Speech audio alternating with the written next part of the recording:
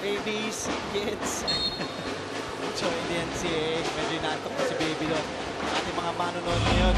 Maraming salamat po sa inyong pagtutok sa SMA at SMA HD Channel 166 sa Sky Cable. Mikey Reyes and Andre Felix. And we also have Roxanne Montealegre at courtside. Federal Help averages 64.5 points per game allowed. They're number 1 in the league this season. LPU is the number 1 offensive team in the league, averaging 93.4 points per game. So offense versus defense ang mangyayari sa ating game today. Medyo maganda ang pinapakita dito ng Perpetual. If they will be consistent with this kind of play, 16 points in the first ang nailabas ng Lyceum at malayo yun sa average nila.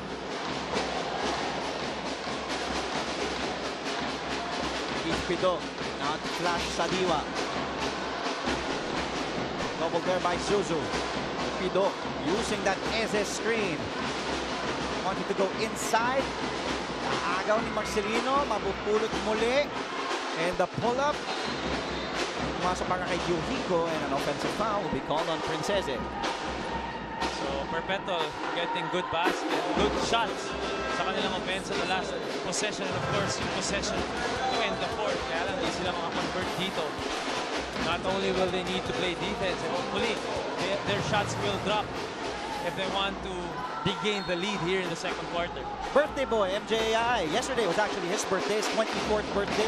So belated happy birthday kay MJAI na binabati niya ang kanyang pamilya at mga kapitbahay niya sa Pagbilao, Quezon, yung mga barangay Tambak at mga tropang partners na pamano ni MJAI. At Wilson Baltazar knocks it down from downtown, his first today. At ayun, Wilson Baltazar, pinag-uusapan natin siya bago yung larong ito. Yun lang ang role. Yun lang ang sinabi ni Coach Topex. Pagkuha mo ng bola, itira mo at alam din yun ng teammates niya. Kaya hinanap siya doon ni MJ. Pero yung pasang yun, hindi alam kung saan pupunta. Kami from Pido. Take a look. Ayay to Baltazar from the outside, who is averaging is a 43% three-point shooter in season 93. And that's high, of course, above 40% from outside the arc. It's very, very high. At itong si Wilson Baltazar, talagang yung kumpiyansa niya overflowing right now. Banyes to Ayay. Ayay asking for a pick from Mike Harry Zuzu. Ayay to Perez. CJ using the glass. Wala nga lang doon. Sadiwa. He gave up his dribble. Not crossing the timeline. Oh, nice play there. GJ Ilagan to Princese. Good luck. Nice read there from GJ Ilagan. Alam niya na si Mike Harry Zuzu with love to block his shot doon. Inintay niya pag angat ni Mike, binigay niya kagad doon kay Princese. LPU up by 4. Traveling will be called on MJ Ayay. Balikan natin ngayon si Roxanne Montealegre. Ike in Nigeria needs power and strength. At para kay Princese, yan daw ang kailangan nila para tapatan ang unstoppable na LPU Pirates. Nawag na rin natin siyang prinsipe ng rebounds, di ba? Pero sabi niya, pwede bang i-upgrade niya yan sa prinsipe ng Perpetual? Pero dagdag dito ni Coach Jim Walgigan, mas maraming drive and kick ang hinahanap niya at this point in the match. At sabi nga niya, right after the three-point party na nangyari sa Stags last game, viewing party ang ginawa nila to learn about the tendencies, the weaknesses, and strengths of the players na makakaharap nila for today's game. It was a cardiac last frame nung game rin na yon at yon ang gusto lang maiwasan for today. Ano tingin niyo dyan, Andre, Mikey? Well, it was a close one, that's for sure. Perpetual Help did hit 7 out of 15 from beyond the arc in that game kontra sa San Sebastian, and they won 68-65. Almost 3 minutes ang nakalilipas. Gab Dagangon ay babalik sa laro in our next dead ball situation. Pido again giving up his dribble. Nahanap si Coronel, libre-libre. Yun yung gamble. Yun yung risk naman for, being too aggressive on defense. But sabi mo nga, you take the good with the bad. Well, of course, hindi naman pwedeng palitan ni Coach Topex Robinson yung defense nila just because nakakalusot yung mga pasa dito ni Keith Pidos. All he needs to do is to adjust. Tignan ko anong kailangan gawin. Pero ito, natamaan na sa panga si GJ Ilagan. Mayroon sa panga ni GJ lang. Kanina natamaan siya ni Marcelino. Ngayon naman natamaan siya. Ito ang ating Vivo perfect shot, perfect selfie. That lob from Ilagan to Prince Eze. Masakit bukas yung panga ni GJ. Hawak niya pa yun ang kamay. Baltazar. You know, for a good three-point shooter itong si Wilson Baltazar, he is... Yun, natama.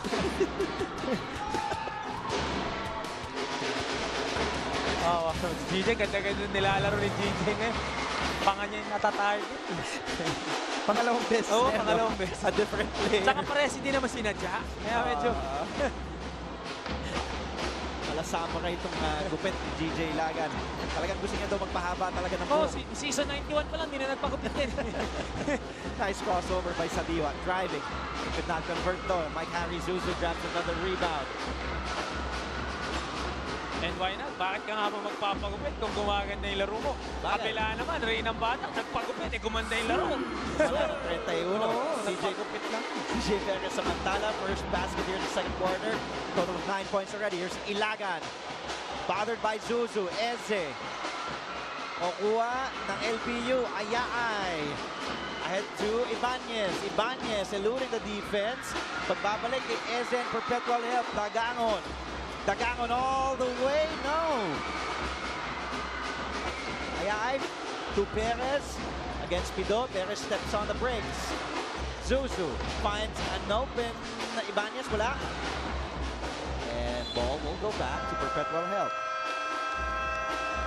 Coach Topex Robinson wants to talk things over. Lamang sila ng 5 dito, 22 sa 17. 5:53 remaining in the second. You're watching the NCAA live on SNA.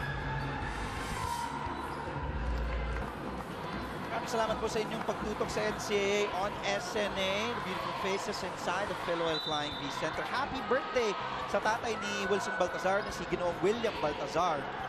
Celebrating his birthday, and again also binabati natin yung mga kababayan din ni CJ Perez as we take a look at the former Altas. Former yan. Ano na siya ngayon? Now finding their own. The bright side, Mr. Brightside, Brad Wetty features bright para sa UP. Not a big adjustment for Mr. Brightside. Of course, magmamaroon pa rin siya. Yung sapatos niya last year, pwede pa niyang gamitin next year. Very excited. Kahit medyas niya nga, hindi din siya magpapalit ng kulay. Oh, nice look to Eze! But his former foreign student player, Eze, stuffs it down there with a two-handed jammer. Nakalusok si CJ Perez kay Prince Eze. At yung foreigner kanina, ito naman, mga foreigner, all the way. Ito si CJ Perez. Oh! And Yuhiko. Miscommunication there. Slaps on. So take a look at Yuhiko for the Prince Eze jam. Ganda na ng fine ni Yuhiko. Pero kanina pinag-uusapan natin as we look at CJ Perez going all the way against Prince Eze. Kanina pinag-uusapan natin Mr. Brightside. Maroon to maroon. Meron akong kilala from San Beda, lumipat. Mag-yellow and green na siya. Of course, from FU, Kenneth Alas right now is watching. Oh, wow. Magiging player na siya ni Coach Olsen. So, excited din tayo mapanood si Kenneth, and we will see kung malabas na niya yung laro niya when he goes over to the other league. Interesting information there, Mikey Reyes. The athletic director ng University of Perpetual Health System Delta Altas, si Coach Samia Kailar, is also watching right now. He just came back from Korea training camp. Good luck sa men's national volleyball team natin. We'll play in the SEA Games. Coach Samia Kailar, thank you for watching. And also, a lot of people watching the Philippine Sports Institute as we see MJ Ayaay scoring a second field goal. He has now 4 points. Yung NCR coordinator ng Philippine Sports Institute na si Mr. Oliver Gan is watching right now as well. Oy, si Boss. Under 5 minutes to play in the first half. Tamayo is now in. Tamayo attacks. Loose ball foul will be called on Anton Tamayo. So medyo lumulong na dito ang lamang ng Lyceum. They're now up by 7. Napakagandang galaw. Oh, Mama na turned 24 years old yesterday. Nago pa yung ball. MJ Ayaay. masyado. Mga underrated eh. Like ito si Raymar Caduyak, MJ Ayala, yung mga underrated players ni Coach Topex Robinson. Back-to-back for MJ Ayay, the team captain of LPU, now has 6 markers to his name. That forces Coach Jinwell Gikan to call a timeout. Lumobo ng kalamangan ng Lyceum of the Philippines University sa Shop 28-19.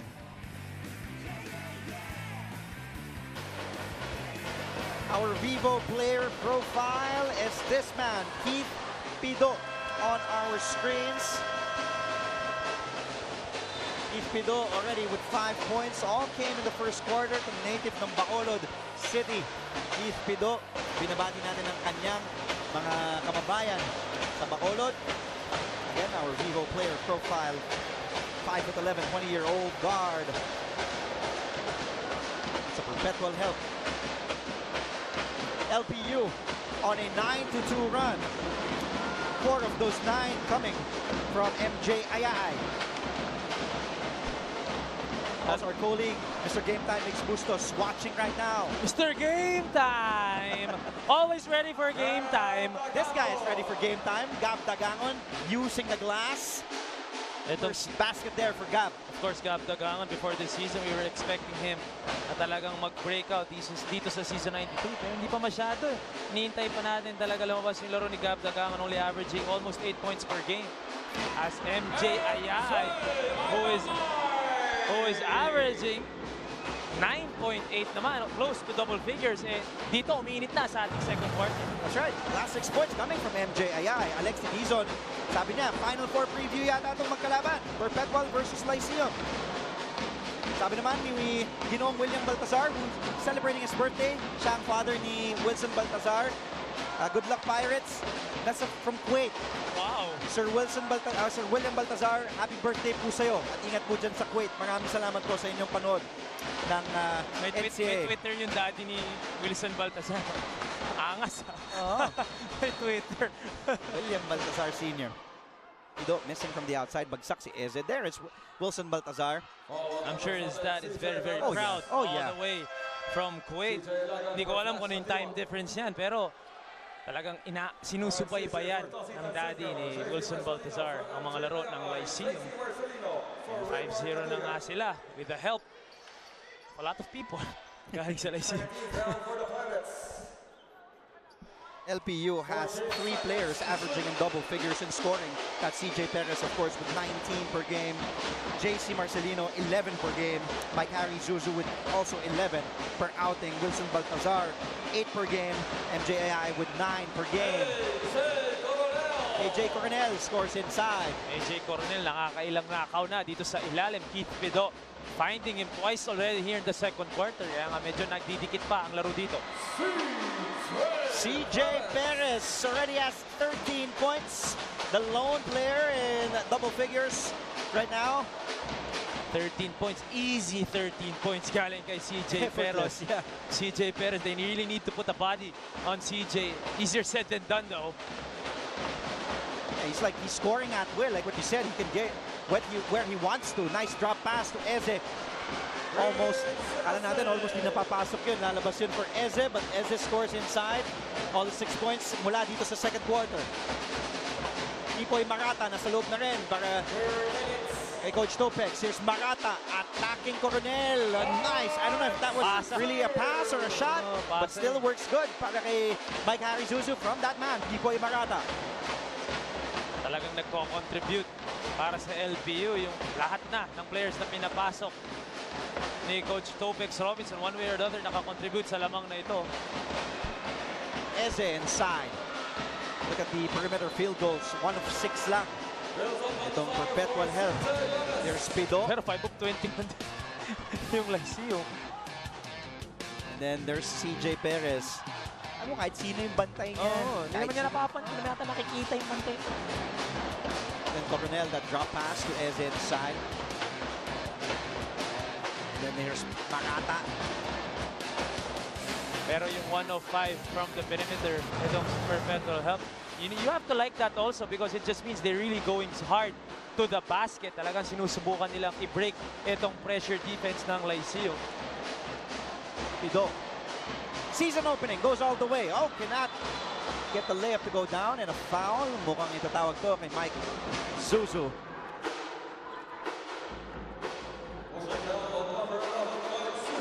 Una yan. Cameroon yan.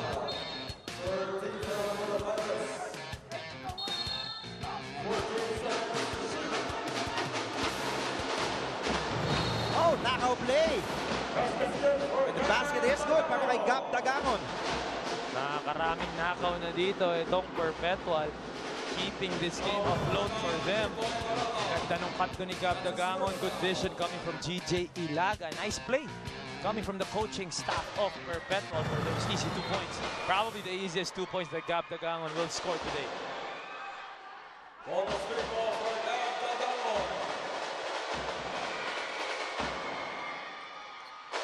Gab Dagangon on your screens. Could not convert on the three-point play.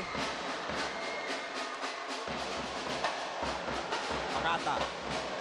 Marcelino throws it high up in the air. Eze secures the defensive rebound. He now has a total of 9 rebounds, Prince Eze. Ido. Dagangon. Ido gets it back. The kick out, Ilagan, free for 3. Yes! Para sa 3 for GJ Ilagan. How many times have we seen Keith Pido in no man's land? Hindi na niya lang kung anong gagawin at nakakahanap pa rin siya ng open teammate. That time si GJ Ilagan open for the 3. At eto na, taking the good with the bad, Marcelino Twins. Yung possession before that, a bad shot. And this time naman, turnover. Pero to Keith Pido, hindi na kung saan pupunta. Nahanap pa doon si GJ Ilagan for the big 3. Keith Pido, 4th assist there to GJ Ilagan. MJI is back in para kay Coach Topex, bringing in his team captain. Dahil naibabangan ng Perpetual Help ang kalamangan ng LPU. Lumubo yan kanina sa 9. Naibaba na sa 4. 10 seconds to go in the first half. Pido, the pull-up. 5 to go. Does Marata know it? 2 to go from the half court. And it won't go. So the score after 2 quarters, 34 para sa LPU Pirates, 30 para naman sa Perpetual Help Altas. Prince Eze with a two-handed jam. Then MJ Ayay was his birthday yesterday. It scored 8 points, 6 of which coming here in the second period. Gab Dagangon. That step back, 4 points. And then the baby beast, CJ Perez, scoring 13 in the first half. Halftime stats, analysis, and a lot more coming your way when we return in the book ang NCAA Season 93 live sa SNA